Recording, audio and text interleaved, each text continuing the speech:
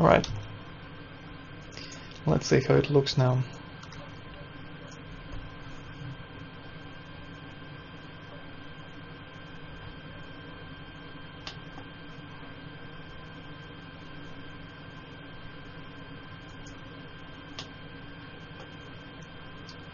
It's a bit too yellow, and the bright white spot looks weird and not too realistic. So let's make the color more white, and let's make the lights themselves invisible. Okay, we also want to disable affect specular and affect reflections to get rid of those. I'm also going to go to my exclude tab and include only the light bulbs in the illumination and shadow casting. This will speed it up a bit.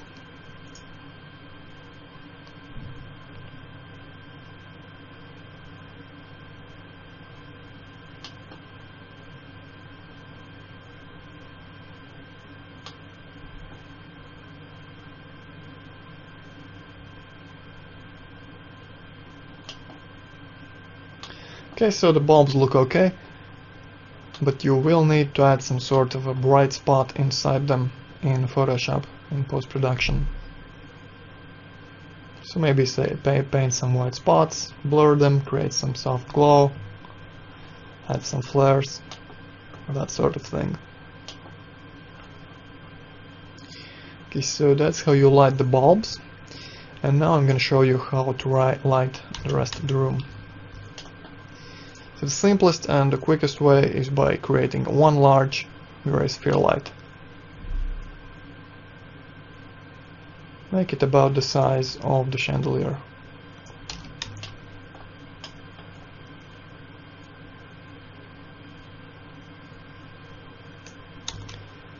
So this is going to give you the quickest renderings and also the least realistic ones. The shadows will not be too crisp. It will not look too correct. Okay, I'm gonna exclude the chandelier and the bulbs from the illumination and render and see how it looks. Maybe let's drop the multiplier down to 100. Okay, and this light as well should be invisible and doesn't affect speculars and reflections.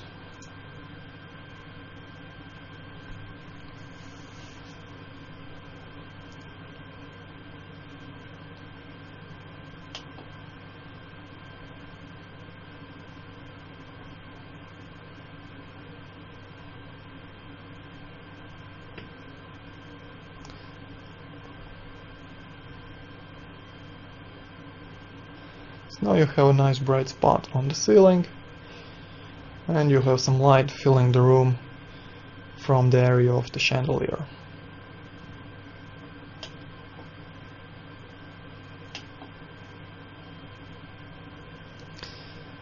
But you can see there are no shadows here, and it looks a bit boring and not too realistic.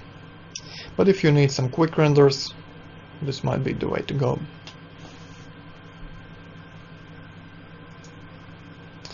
Right, now I'm going to show you how to make it a bit more real, and we're going to delete this large VRI light. So the second option is to create some lights over the bulbs. Create a small VRI sphere light, move it to the position of the light bulb.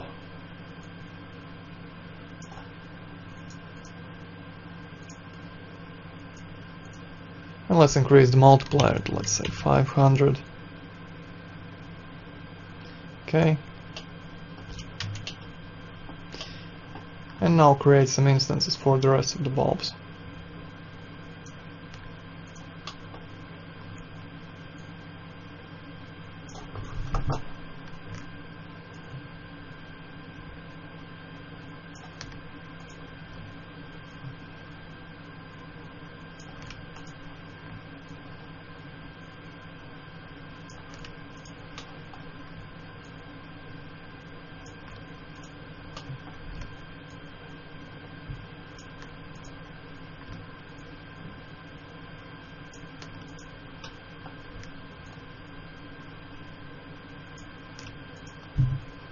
Alright. And you want these lights to exclude the light bulbs. Since they are intersecting, there might be some weird results and it wouldn't look too good. So I'm gonna exclude the bulbs and render and see how it looks.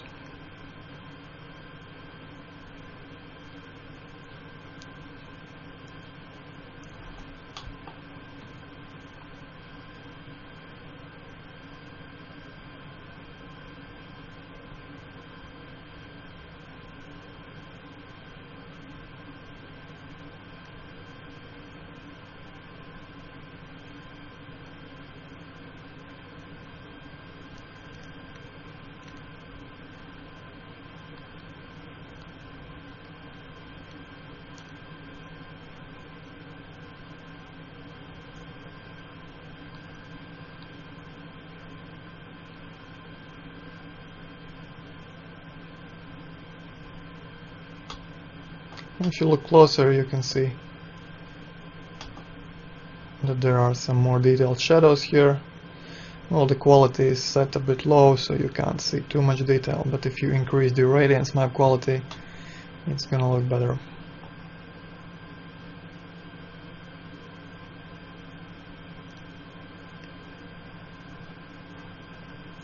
Okay, maybe let's increase the multiplier to 800. Let's re-render. And this will take a longer time to render than the single light option, but it should look better. Alright, so that's how you light the chandelier.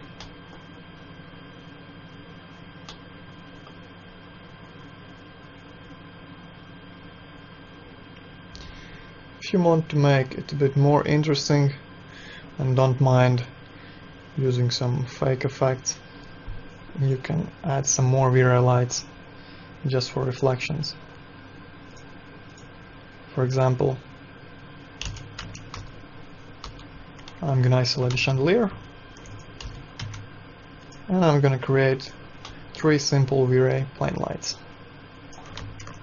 Okay, change the plane, change color to white, and reduce the multiplier maybe to 100. Okay, let's create 1 light.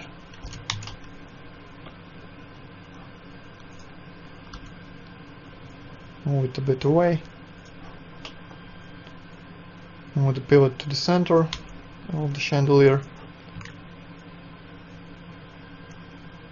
And make a couple of instances, like this.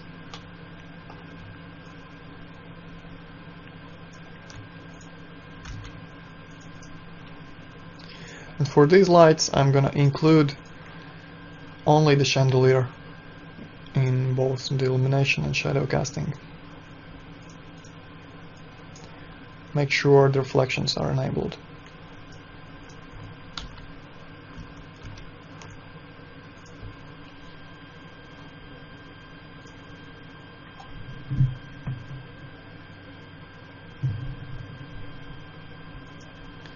So it looks like the intensity might be a bit too high for these lights.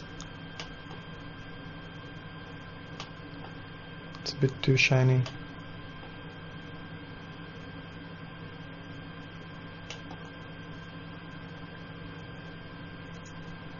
Okay, let's drop the intensity down a bit. Let's try 50. And let's reduce the length.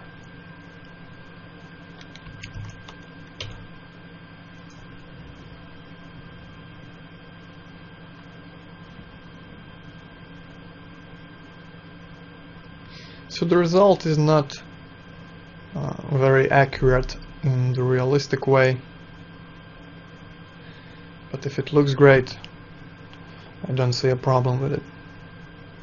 It's a nice trick to make your chandeliers pop. You can experiment with the position of these reflection lights and the intensity and size until you get a nice result. Okay.